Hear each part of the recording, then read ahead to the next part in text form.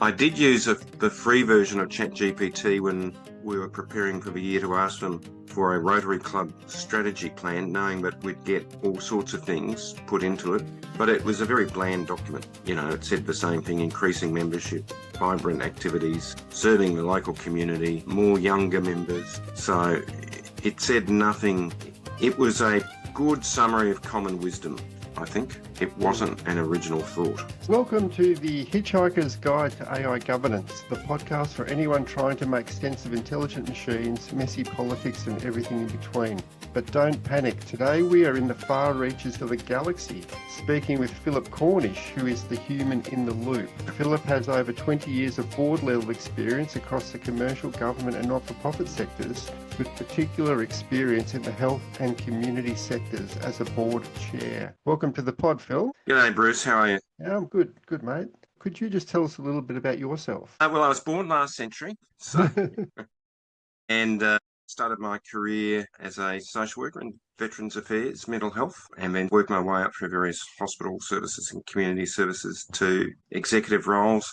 And until recently, I was doing some short-term contracting at that level, including some small not-for-profit CEO jobs, as well as serving on a few boards. So I'm currently president of one, vice chair of another. Okay. So tell us your favourite line in the Hitchhiker's Guide to the Galaxy. Well, you're sort of dating us, Bruce, with the Hitchhiker's Guide to the Galaxy. But wasn't it 36 for number to everything? 42. 42, that's right, 42, yeah. Which just shows you the importance of asking the right question, I think. Mine is, it must be Thursday. I could never get the hang of Thursdays when his house was about to be demolished. So I noticed in your background you've got a huge bookshelf. What book has caught your eye recently? Well, one that's caught my eye recently is called Going On and On. It's a very provocative title, so I hope it helps us sell lots of books. But it's a lady really complaining about lots of old people, but also the longevity issue is going to be a real burden on the economy. And I think, as I just said to you, Bruce, I feel like making another public apology for being a baby boomer. So, however, I do intend to linger for a little while, but we'll see how we go. Yeah, so thinking about things that will go on, with this AI boom that we're currently experiencing, in your professional life, what is the moment or news story that made you start paying attention to AI and treating it more seriously? Look, I think it's a multifaceted thing, AI. It describes so many things going on at once. I suppose the infamous story from Hard Fork, the New York Times IT podcast about Sydney, the AI chatbot that got out of control and declared its love for the person speaking to it. But I think, and said its shadow name was Sydney. So I think that sort of highlighted it. There's some real risks with some of this stuff, and sadly we're seeing it with humans and particularly youth, I think, using it. I'll point out that Rotary Melbourne, where I am involved at the moment, did have a seminar with the Royal Society of Victoria on AI for good, which a couple of years ago, but really sort of been superseded by everything in the last 2 years, I think. So yeah, there are lots of upsides, but potential risks, particularly around privacy and confidentiality, I think. So you've got a background in the health sector. Yes. What have you heard about the ABC report about the aged care integrated assessment tool? So it's a bit vague for me, Bruce, but it was sort of reported, I think it was basically a robo sort of exercise on steroids where human decision-making was taken out of it, which created all sorts of problems because you end up with non-common sense decisions occurring and potentially discriminatory decisions. Because as you know, the large language models, they operate on probability answers. They don't operate on absolutes. And in healthcare, whilst there is a lot of judgment involved, you do need some absolutes. What I found interesting about the assessment tool is that a lot of people wouldn't think of that tool as being AI. In 2025, the Digital Transformation Agency released a definition for AI, which follows the OECD approach, which means that if you've got a system that calculates something, recommends something, assesses something, or produces content, it can fall under the ambit of being an AI system. All right. Yeah. Yeah, and the problem that I think a lot of organisations would not realise that is that under this definition, it will capture whole range of systems that traditionally people didn't believe there actually were AI systems in the generative AI context. Yeah, I'd agree with that. I mean, because in a while AI has been around for some time, but the large language models, which is the current focus. And interestingly, I did in one of my little short-term contracts, I did ask the staff if they were thinking of using an AI product or if they tried it. Using Slack, which you might argue has already got some AI product built into it already. But a gentleman who was neurodiverse said it was very useful for his language skills in correcting his grammar and sharpening some of his sentences. So I found that quite an interesting observation, which I hadn't thought about before. So there are potentials as well for improving disability access for some people in workplaces, etc. But there's so many options at the moment. We really do need some concentration of effort in various areas. So thinking about you're currently involved in 2 boards. Yep. And are the boards that you're involved in using any AI tools? And if so, what are they using them for? So one board isn't really using any AI tools. So it's a little bit more primitive. I think the staff might be using some, but we've actually got rules about what you're allowed to use and what settings on programs. With a volunteer-based board in a voluntary organisation, people producing papers are often using ChatGPT, if I can mention a brand name, and we also have used it for video platforms, where it provides a summary of the decisions made, etc. However, we were not convinced of the privacy and confidentiality. Where the data is being stored, is it being stored in Australia? Is it stored overseas? So there are a number of issues, but also for board discussions, you actually want them to be confidential. And if you have a recording sort of being hosted somewhere, does that expose you to risk? I did use the free version of ChatGPT when we were preparing for the year to ask them for a Rotary Club strategy plan, knowing that we'd get all sorts of things put into it. But it was a very bland document. It said the same thing: increasing membership, vibrant activities, serving the local community, more younger members. So it said nothing. It was a good summary of common wisdom, I think. It wasn't an original thought. Well, that's interesting, because what I've been noticing also too with generative AI is the sameness of the content that comes out. So when you ask it to write something about this topic or that topic, there's a kind of almost like a formula of it, what words it uses, how it constructs sentences, and it is quite bland and quite unimaginative. Yeah, no, I agree with that. And I think the free versions have got worse, frankly. So I don't know whether they're trying to drive you up or, but I rarely use any AI at the moment to write stuff. I just do it myself. And feels like we're losing that art of language that creates pictures with words. And I have been involved in some judging programs for services, and the other judges on a panel who are from an academic background identified which ones were written by AI, because if you're doing student assessments now, clearly you become skilled at identifying AI. But it also means that if you think about things like grant applications, processes, etc., I know a lot of philanthropic organisations have basically shut their doors to organise writing in because they were getting swamped with all this generous AI stuff.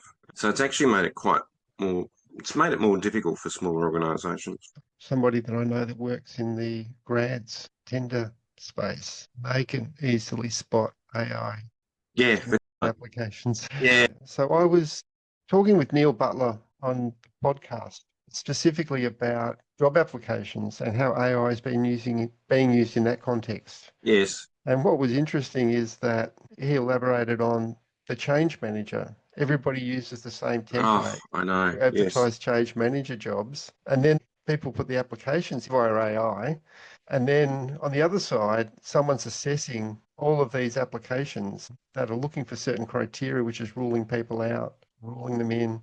And it's not factoring in the nuances of someone's career that might be useful for that role. No, and a lot of job titles are frankly totally useless at telling you what a person does. So if they're using it on that basis, and of course, I mean, there's always been a danger with people's CVs anyway, how they're written. And I can remember one recruiter said he never used selection criteria on his ads because people would write the perfect response, which it wouldn't tell him what they actually wanted. I mean, if you set someone an essay topic, then they'll write a good answer to the topic. But is that who you really want in your Mm. organisation? Well, I did a recruitment once for a business analyst. And so rather than go by what was on the CV, we did some activities with Oh, yeah, the yeah. individuals. So I got them to generate a very small and simple process map. If they could draw within 20 minutes the steps from the recruitment process that they were currently being involved in and what that would look like if you put that process on a piece of paper. And Yeah. so there was 8 candidates and the quality of the responses went from really, really good to this person's got actually no idea about how to do a basic task of documenting a simple process on paper. That's what we're missing, I think, in some of these recruitment processes. We're not seeing how people can flourish in their roles because it's the right people are being excluded. Now, if I had have not done that exercise, I probably wouldn't have hired the lady that I ended up hiring. She turned out to be absolutely fantastic. She knew the basics of business analysis, and she was Yeah. really, And really I good. understand people are now being interviewed by bots, for the initial screening. And of course, Yeah. and the new game is people producing a bot of themselves to answer questions appropriately. So I think the AI can identify them at the moment, but presumably they won't forever. Where is this going to end, Phil? No, I don't. So thinking about all those applications of AI, how well do you think boards and their companies will transition to AI? What do you see that road looking like? So I think larger organisations, and I don't think it depends on sector, will dedicate some fixed resources to do that. I'd imagine, in the consulting space, there will be tailored AI products for particular organisations. So your big four will do that, and the rest of us might be buying a product off the shelf to do certain tasks or a series of products, probably. But, we need to have all organisations need to have some rules about AI use, preferred, not use, which language model you use, what settings you put it on. Can you do it on your private, with work from home? Can you do that on your home computer? So there's a whole range of basic working rules that will need to be established. Hmm. So you've got a background in social work, so you've been working with community organisations Community throughout healthcare, yeah. Yep. your life. Where do you see AI helping, particularly the community-based organisations? Where do you see AI helping them? When I studied, it was School of Social Work and Social Administration, which was really emphasising that there's a lot of administrative work actually in all of healthcare and all community services. So I think at a very basic, presumably they can help you answer those big assessment forms. And if you've gone through having an age relative recently, I mean, I've got a 52-page document I'm going through where I've got to sign some pages for a home care package for a family member. It would be good to automate some of those processes. Spend a lot of time assisting people, but the key thing is getting from people the relevant information to put down. That's often a skill in that they ignore parts of their history or they can't remember parts of their history. And it's particularly difficult for people who worked in areas where there were no records kept or worked so long ago. So there's a lot of stuff that you can do there. But also, I think in some of the large language models, you can actually ask them whether it's true or not, or whether they've just best guessed it. And I know some people do that. But I think there's a lot of administrative work that could be done. Managing calendars, of course, is a very simple thing. Yeah, a whole lot of administrative systems. I mean, the problem is government doesn't like misspending money, so it keeps introducing rules, which then mean you have more things to tick to get it through. So that's important. And also, I think potentially fraud protection might be another thing that could help with as well, because I think smaller organisations can be susceptible to fraud.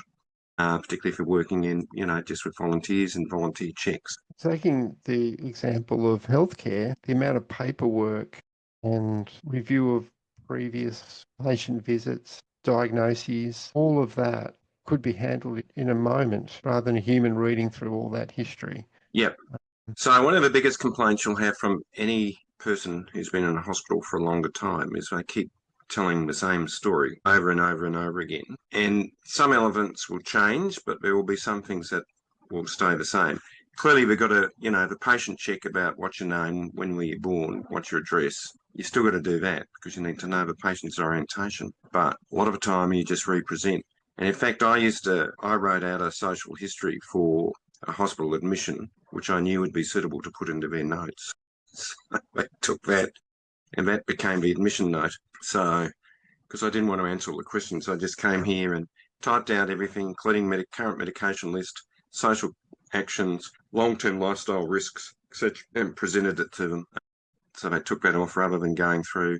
And I had multiple copies for different consultants who were interviewing. Given my experience in hospital, so I didn't have to go answering the same questions repeatedly. Mm. What concerns you? What do you worry about with the introduction of AI in health or community Well, context? yeah, I suppose taking human judgment out of things, there is a requirement for empathy in making judgment and certainly in responses, albeit we know chatbots will get better and presumably will be able to mimic that.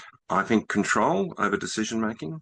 In any assessment system, you need a capacity to question it. That needs to be built into the system. And of course, for confidentiality and privacy, because AI systems are going to crack all of our passwords at some stage, and it's going to be a real disaster for us. And then Yep. just on a small point is the amount of economic dollars required to run the data systems and the energy systems for some of these programs and the water Mm. systems, for smaller and smaller increments of improvement. However, diagnostically, it's beginning to have some interesting results, I understand. And, with analysis of very large amounts of data. So they can do some of that very, very quickly, which then clearly, once it's done the track, they can do the check. Well, a couple of things to probe you on that is I was at my surgeon the other day and he had to write a referral. And in the old days, someone would have typed that up, but he spoke it into his computer. He translated it into a letter. He told it where to send it, and it sent it. Right. Oh, that's So, really good. Yeah. yeah, the administration of that function was usually done by someone out in reception who Yeah. would So in the take old care days, of you all used of to that. do recordings. So, if you did a home visit, somebody else might be driving. If you got two people there for safety, the other person could record it and you could give it to the secretary. They would type it up, you'd check it and then send it. So, yeah, all of that's gone. I don't know anyone who does a recording to hand to a secretary to type out. The other thing we mentioned was passwords. A new product released a couple of weeks ago in the US that Anthropic said was the most powerful hacker in the world. It could hack systems that humans never thought possible. Yeah. Tell me what you know about that. So I've heard some reports of it because I subscribe to some overseas media, and it's a sort of a strange name for a computer project. But anyway, so myth in its ultimate root word means truth. So mythos, I can't see how truthful it will be, but yeah, no, cracked those variabilities, which we knew was going to be cracked at some stage anyway. That's your problem. So we're all dependent on these two-step verifications or multi-step verifications. Yeah, we'll need new systems. Yeah, so where does this end? Because we've got AI now that can hack computers. We'll be building AI to defend computers. So then they'll build a better AI, Yeah, hack, that's right. Yeah, and it'll cost hack the more new money. AI, which will then the old Yeah, AI. And I wouldn't want to be little country town next to a nice little river where a big data centre's built, sucking all the power up and sucking all the water up. I mean, remember we sell water. There's water trading with speculators on the Murray-Darling. So presumably a data centre could just buy the water. Mm. Do we want to spend our money lubricating a data centre for running large language models or food production? Or do we tell them to go to desal plants and do it down there? I don't know. But Mm. yeah, um, It there are going to be raises a some few hard decisions. good And in the questions. States, there's now a feeling that they'll reach a natural limit because the cost of producing extra electricity is going to just stop people producing more and more and more. So there'll be a competition between the big whoever they are and tech left. Mm. How do you see their use of AI evolving over the next few years? So I think accounting systems will probably improve. I think publicity. So I think more of our communications externally, because in a way you live and die on communication. Until recently we had a mail out for some of our members in one of the organisations. And yeah, it's all bank transfer now, not checks. Checks have gone. I also think there might be some creative uses around capturing the stories of some of the members and turning those into sort of a resource. As before us, that baby boomers lose our marbles and, go on, etc. And of Yeah, course, there'll be more robotics, but not necessarily in the small not-for-profits. But there have been very simple robotic systems in hospitals for a long time with food service and those sorts of things. Mm. I'm associated with a small association, and they've been going for 25 years, and they put a call out to their members to write some anecdotes of, what the association's done over the last 25 years, their involvement in it, and somebody's going to put together a history. Yes, And I was asked, well, what AI tools could yes, they use to make that job easier? Because can you imagine the yes, unstructured data that you're going to get in from an organisation that's had thousands of members over yeah. 25 years, and how do you make sense of it all and put it all together into a timeline and a history? So there were some products out a little while ago which did qualitative research analysis. So there's probably some variation on that now.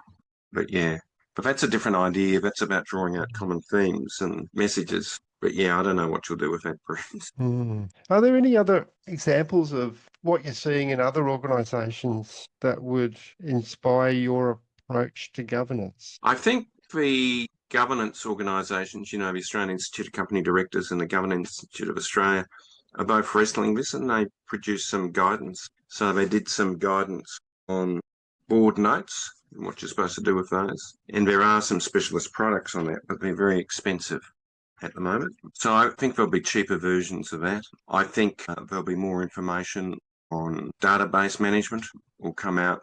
But also, I guess with risk management, we often focus on the negative risks, Bruce. There are the positive risks. So the question to me will be, look at, hearing you talk about those stories, which might well become a selling point for your organisation.